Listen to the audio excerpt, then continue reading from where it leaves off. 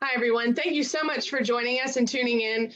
If you haven't watched any of our videos before, my name is Katie Motzinger. I'm the Community Resource Director here at the Children's Attention Home.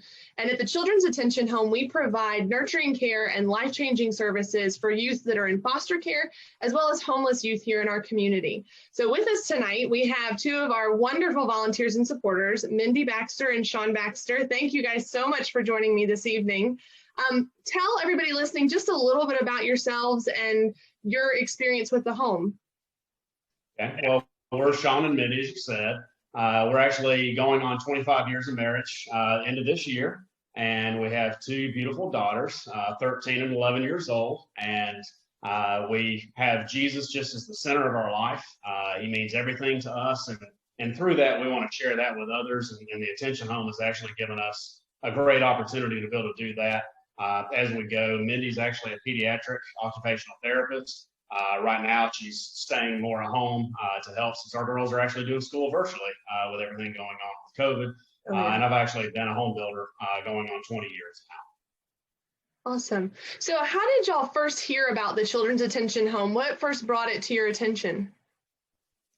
So originally we learned about the home from some very close friends of ours that we went to church with, and they had been doing some volunteer work. And then we had a pastor at the church that we were at the time who actually started a partnership with the Attention Home, which allowed us to be able to come down once a month at that time to do some Bible lessons and games and crafts and things like that with the kids. Awesome. So so your connection through church is what first connected you with the home and really got you guys involved. So what inspired you to continue volunteering at the home? So you went there for the first time and you got connected. What inspired you to continue volunteering? Because I know you all have been involved with us for many, many years. So what is it that just has inspired you to continue volunteering at the home?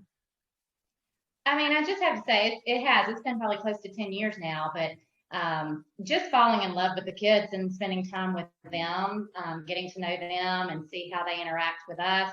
And the staff at the home, it's just, you can't help but be touched by just the relationships that are built there with the kids. Yeah. Well, thank you. You know, it takes so many to make sure that these kids have what they need. And so we're so grateful for people like you that continue to be involved year after year. What areas, I know you talked a little bit about kind of how you've served. So talk to me a little bit more specifically about how you guys volunteer. You know, what is one of your times coming to volunteer look like? Well, yeah, y'all provide such great opportunities to be able to serve in so many capacities, and we've actually been fortunate to be able to do that in many different ways. But when we normally come on a monthly basis, we'll come and normally provide a meal as part of going through our church, and then we'll have a little bit of fellowship while they're eating their meal, just with the kids. And then after that, we normally break up kind of guys and girls. A lot of times I'll take the guys. We'll normally go out and do some basketball and a brief devotion and just kind of some hangout time. Mendy will take normally the girls with some other volunteers, and they'll do, Bible story and crafts and things like that. But it's a great opportunity there.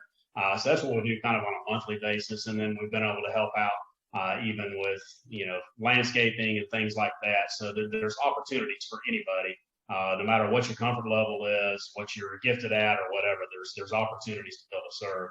And we've just been very fortunate to be able to participate in a lot of those ourselves. Yeah. It's, like I said, so grateful to have y'all around for so many years, helping us do what we need to do for the kids. What is it that you personally connect with regarding the mission of the home? Is there something that just for you connects really personally with the mission of the home or your experience with the home? Well, I think we just love the way that the home sets such a beautiful stage for a safe environment, a nurturing environment for the kids. Anything you want to add to that? Yeah, and I think just being able to see people love on these kids in a way that will change their lives, and doing it without any recognition, without any desire to have people know what they've done. It's just really out of a pure heart. And it's awesome to see that, to be honest. Thank you for sharing that. Do you have a particular memory of the home during your time volunteering or otherwise that you want to share with those listening? I know for me, I think there's so many memories. It's kind of hard to, I guess, put it in one category and say this one particular one, because I mean, there's so many from, playing basketball or football, a lot of times with the guys, just being able to do daily things that young men want to be able to do, and be able to be a part of that has been awesome. But there was a young man several years back that we kind of connected with, and he was actually about to age out of the home. And once he aged out of the home, we had spent some time with him, almost in a mentoring type capacity, but really just developed a great friendship with him. And he has, since aged out, and as he's gone into adulthood, we've maintained that relationship. He's been part of some family events with us. We've stayed in contact with him. Sometimes it's, more contact than others, but it's really neat to be able to maintain contacts, and to be able to maintain a friendship and relationship with a young boy or girl that has really kind of come out of the home, where y'all have actually given them opportunities to kind of learn some life skills. And then, we have the opportunity to maybe help hone that as well, as they continue on, but even just be there for them as they start to go through adulthood and what all of us are going through, and that are kind of entering into that. We can kind of be there to go, yeah, we know what that's like. So that was a great memory for me. Yeah. Mendy, do you have one you want to share? Yeah, it was the same. It was hard for us to even come up with very specific ones. There've been some very special relationships built through the years. Obviously, that one affected me as well. My favorite memories are just sitting around the table with the teen girls and playing spoons or playing games or doing crafts, and just letting that be a very relaxed time. I do have a funny memory of years ago when there were smaller kids at the home, and we would come in, and we used to love to do music and dance with them. And so we would always do the song Tootie Tie when we would come in. So I think we were known as the Tootie Tie group when we came in through the door. But it was a very sweet time. I enjoyed that. Yeah. Yeah. And, I think as y'all were talking, it's interesting thinking about the range of ages that we serve at the home, and just over the years, how that's changed.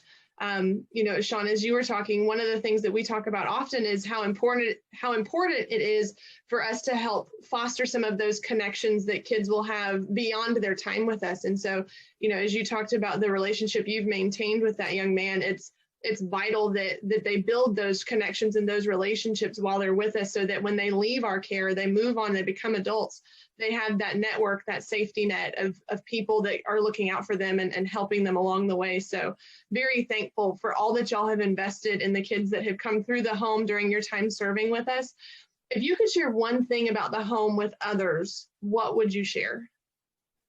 Well, I think we've talked about it a little bit, just the many service opportunities that there are, no matter what you're good at, whether that's, hey, I'm not really good at necessarily hanging out with kids, but I can, help maybe the staff, because y'all are such a vital part too. Y'all are there day in and day out. Whereas if we come once a month, it's a great opportunity and we can invest, but y'all are investing every single day with these kids. So I think sometimes even to provide almost some respite, for the staff as well, just y'all need that as well, to where y'all can stay fresh and stay tuned in to what's going on with the kids.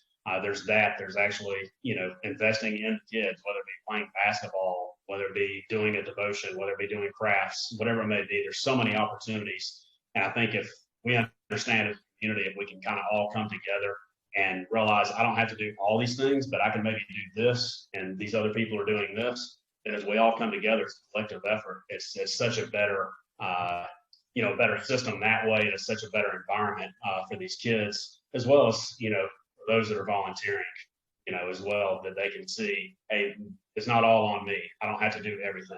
We can do this as a team, so to speak. And I think it's more beneficial for the children in those cases as well. You don't have burnout. You have people collectively coming together. Yeah, agreed. Mendy, did you have anything you wanted to add?